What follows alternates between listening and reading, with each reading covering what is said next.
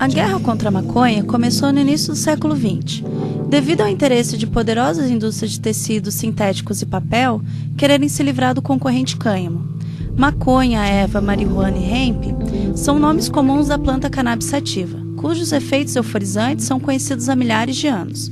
A planta é um arbusto com até 1,5 metro de altura, de folhas características que normalmente é cortada, secada, curtida e picada, na forma de cigarros baseados. A planta original da região ao norte do Afeganistão é usada há milhares de anos especialmente para fins medicinais. Os chineses conhecem há pelo menos 2.000 anos o poder curativo da erva e recomendam seu uso contra prisão de ventre, malária, reumatismo e dores menstruais. Também na Índia, há milhares de anos, a erva é parte integral da medicina, usada no tratamento de dezenas de doenças. Sabe-se que povos árabes, chineses, mexicanos e negros eram frequentes usuários da maconha no começo do século XX. Segundo o Que Louco Blog no Brasil, a planta chegou cedo, talvez ainda no século XVI, trazida pelos escravos. O nome maconha vem do idioma quibundo, de Angola, mas até o século XIX era mais chamada de erva de fumo de Angola ou de âmbar. Por séculos a maconha foi tolerada no Brasil, era fumada em rituais de candomblé. Em 1830, o país fez sua primeira lei restringindo a planta. A Câmara Municipal do Rio de Janeiro tornou ilegal a venda e consumo da droga, na cidade onde os vendedores seriam multados em R$20.000 e os usuários em 3 dias de cadeia. Nota-se nessa primeira lei proibicionista que a pena para uso era mais rigorosa que a do traficante. Isso porque o vendedor vinha da classe média branca e o usuário quase sempre negro e escravo.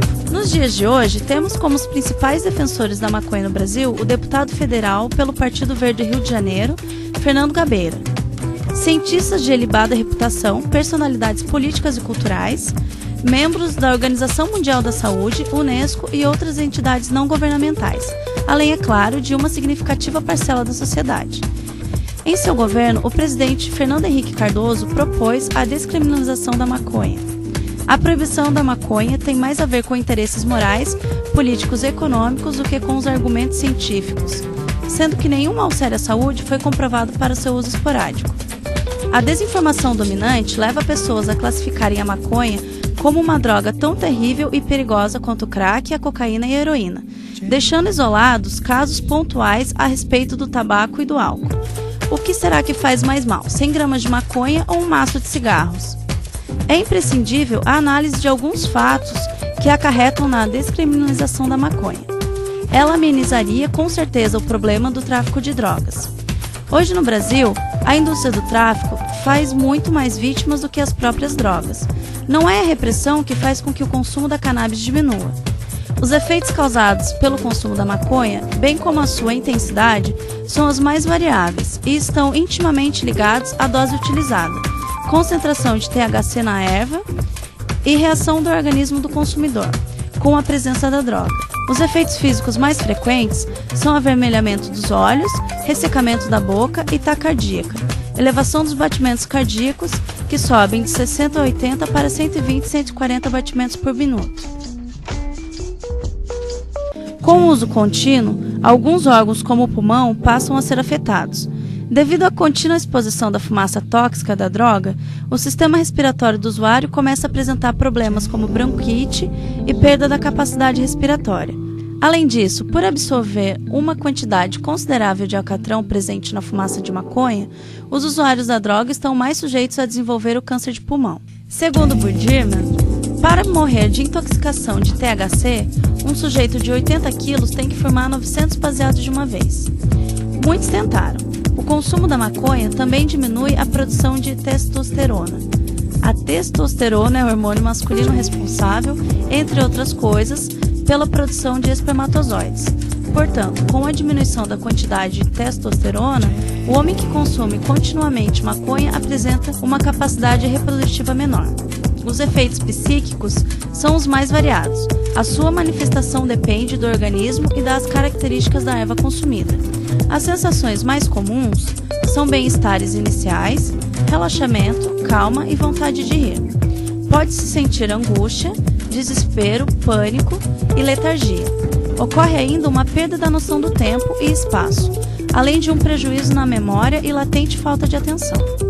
Em longo prazo, o consumo de maconha pode reduzir a capacidade de aprendizado e memorização, além de passar a apresentar uma falta de motivação para desempenhar as tarefas mais simples do cotidiano. O consumo da maconha causa danos, mas os males são mais a menos que os causados pelo álcool e pelo tabaco. Qual a razão pela qual a maconha é proibida? Qual o fator que determina um livre domínio físico em relação ao seu consumo?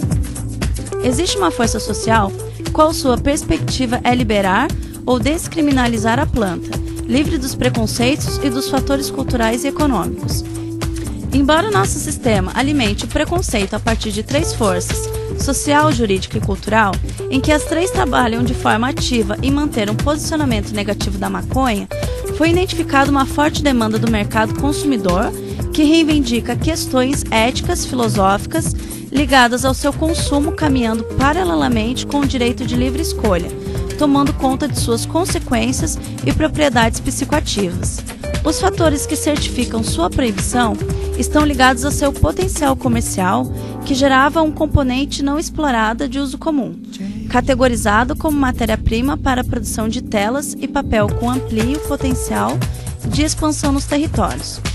No complexo, o potencial da planta desde o momento foi ameaça ao mercado paralelo ligado às primeiras empresas que conduziam fabricações de produtos à base de petróleo, como sintéticos e plásticos, quais ocupavam o mercado de produções feitas à base de cânhamo. Acontecimentos históricos culturais que ocorreram que pertencem ao passado de certa forma são transmitidos pelas culturas às gerações sucessivas como racismo, valores, conceitos éticos bastante ligados às raízes do indivíduo. Isto é, uma transmissão de verdade absorvida pela evolução do homem, que é influenciado pela incerta informação a partir de uma fonte fantasma, aplicada em dimensões sociopolíticas para ativar uma dinâmica cultural perante de um produto. Para diminuir essas dúvidas, definiu-se como universo de pesquisa a cidade de Itajaí, mais especificamente com os alunos da Universidade do Vale do Itajaí, campus Itajaí, onde serão coletados dados através de questionários com alunos dos primeiros e sétimos períodos. Para ajudar a resolver a questão de pesquisa, definiu-se os objetivos abaixo. Objetivo geral: conhecer a opinião dos alunos sobre a maconha. Objetivos específicos: identificar o perfil social, econômico e demográfico dos alunos. Distinguir o modelo comportamental dos discentes em relação ao uso da maconha.